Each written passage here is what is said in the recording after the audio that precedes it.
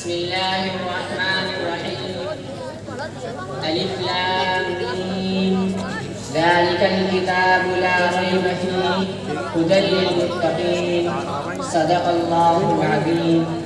قال النبي صلى الله عليه وسلم: خيركم من تعلم القرآن وعلمه، أو كما قال صلی اللہ تبارک و تعالی علیہ وسلم. حضرات اساتذہ کرام اور معزز مہمانان کرام اور عزیز دوستوں، انجمن تحسین البیان کے اس اختتامی پروگرام میں میں جس عنوان پر لفظائی کرنے جا رہا ہوں وہ ہے قرآن. دعا کریں اللہ تبارک و تعالی مجھے حق اور سچ بات کہنے کی اور ہم سب کو اس پر عمل کرنے کی توفیق عطا فرمائے. آمین. حاضرین مجلس، قرآن کہتا ہے: وَإِذْ زَاغَتِ الْأَبْصَارُ وَبَلَغَتِ الْقُلُوبُ الْحَنَاجِرَ وَتَظُنُّونَ بِاللَّهِ الظُّنُونَ.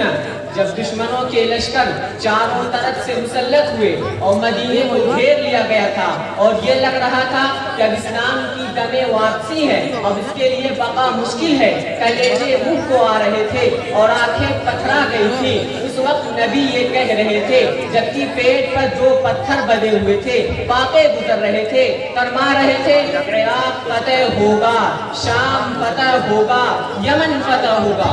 یہ ایمان کا نتیجہ تھا جو اللہ پیغمبروں کو دیتا ہے اور پیغمبروں کی جوتیوں کے صدقے میں صحابہ کو دیتا ہے اور صحابہ کی کوششوں کا نظارہ کر کے تابعین کو دیتا ہے. اور یہ ایمان نسل بعد نسل اللہ کے نیک بندوں میں منتقل ہوتا ہے اور ان کے ایمان کی چنگاریوں سے روشنی ہوتی ہے اور امت کو ہمیشہ اسی سے آگ ملتی ہے، اسی سے شعلہ ملتا ہے جس سے دوبارہ ایمان فروزہ ہوتا ہے. یہ سلسلہ ہے جو اللہ کی طرف سے قائم ہے. جو کچھ بھی ہے اللہ کے ہاتھ میں ہے.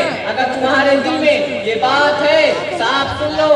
اگر تم یہ سمجھتے ہو حالات نہیں بدلیں گے کیونکہ امریکہ طاقتور ہے، اگر تم یہ سمجھتے ہو حالات نہیں بدلیں گے کیونکہ یورپ، روس اور چین کے پاس طاقت ہے، اگر تم یہ سمجھتے ہو ہندوستان میں اکثریت کے پاس طاقت ہے، یہاں ایک بڑی فوج اور پولیس ہے اس کے پاس طاقت ہے، حالات نہیں بدلیں گے، خدا کی قسم تم کافر ہو، تم مشرک ہو، تمہارا ایمان سلب ہو چکا ہے. حالات کتنے بگڑے ہوئے ہو، تلواروں کے نیچے، بندوقوں کے سائے میں اور توپ کے دہانے پر کھڑے ہو، تب بھی ایک منٹ کے لیے مت سوچنا کہ اللہ کے علاوہ کسی میں طاقت ہے. طاقت اللہ کے ہاتھ میں ہے. جس وقت اللہ چاہے گا، جیسا چاہے گا. قرآن اسی سے بھرا ہوا ہے. افسوس کہ مسلمان قرآن کی تلاوت تو کرتے ہیں لیکن سمجھتے نہیں. قرآن تراویح میں تو سنتے ہیں لیکن سمجھتے نہیں. قرآن کو انہوں نے صرف برکت کی کتاب سمجھ لیا. قرآن کو انہوں نے یوں سمجھا کہ تعویذ کی کتاب ہے، گنڈوں کی کتاب ہے، جھاڑ پھوک کی کتاب ہے، یا صرف ثواب کے لیے اس کو پڑھا جاتا ہے. قرآن اتارا گیا تھا ہدایت کے لیے. قرآن قانون ہے، قرآن دستور ہے، قرآن ہدایت نامہ ہے،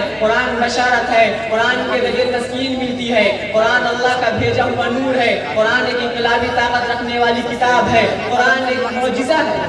معجزہ ہے جس طرح معجزہ حضرت صالح علیہ السلام کو دیا گیا اونٹنی کی شکل میں، حضرت موسیٰ علیہ السلام کو دیا گیا عصا کی شکل میں، ید بیضا کی شکل میں، اور حضرت عیسیٰ علیہ السلام کو دیا گیا ان کے پھولنے کی طاقت کی شکل میں اور قم باذن اللہ کی شکل میں.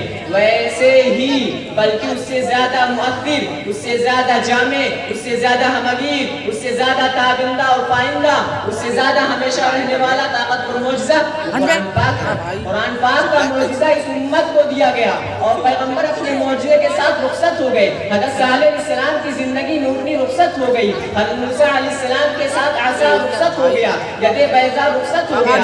حضرت عیسیٰ علیہ السلام کے ساتھ دم عیسیٰ رخصت ہو گیا. لیکن نبی کی رخصتی کے ساتھ قرآن رخصت نہیں ہوا. یہ ایک جیتا جاگتا معجزہ ہے.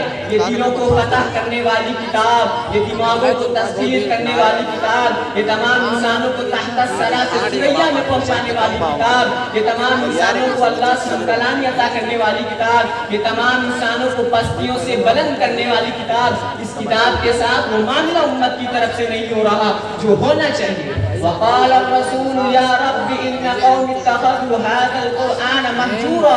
رسول اللہ میں سے شکایت کریں گے ہماری اور امت کی شکایت کریں گے، اللہ میری قوم نے قرآن کو چھوڑ دیا تھا، اگر یہ میری قوم قرآن کو لے کر آگے بڑھتی جس طرح اس کو آگے لے کر بڑھے تھے ابو عبیدہ ابن الجراح، سعد بن ابی وقاص، عمر بن عاص اور مجاہد فاتحین، جنہوں نے سندھ سے اسپین تک، چائنا سے افریقہ کے کنارے تک فتوحات کے بازار لگا دیے، حالات کی سازگاری کے ساتھ آگے نہیں بڑھے تھے، جس وقت چاروں طرف طوفان تھا باطل طاقتوں کا، ان کے ہتھ کنڈوں کا، ان کے ہتھیاروں کا، ان کی فوجوں کا، اس وقت قرآن پر ایمان رکھتے ہوئے آگے بڑھے تھے اور فتوحات نے ان کے قدم کو چوما تھا۔ دعا ہے اللہ تبارک و تعالی ہم سب کو قرآن پر عمل کرنے کی توفیق عطا فرمائے۔ وما علینا الا البلاغ۔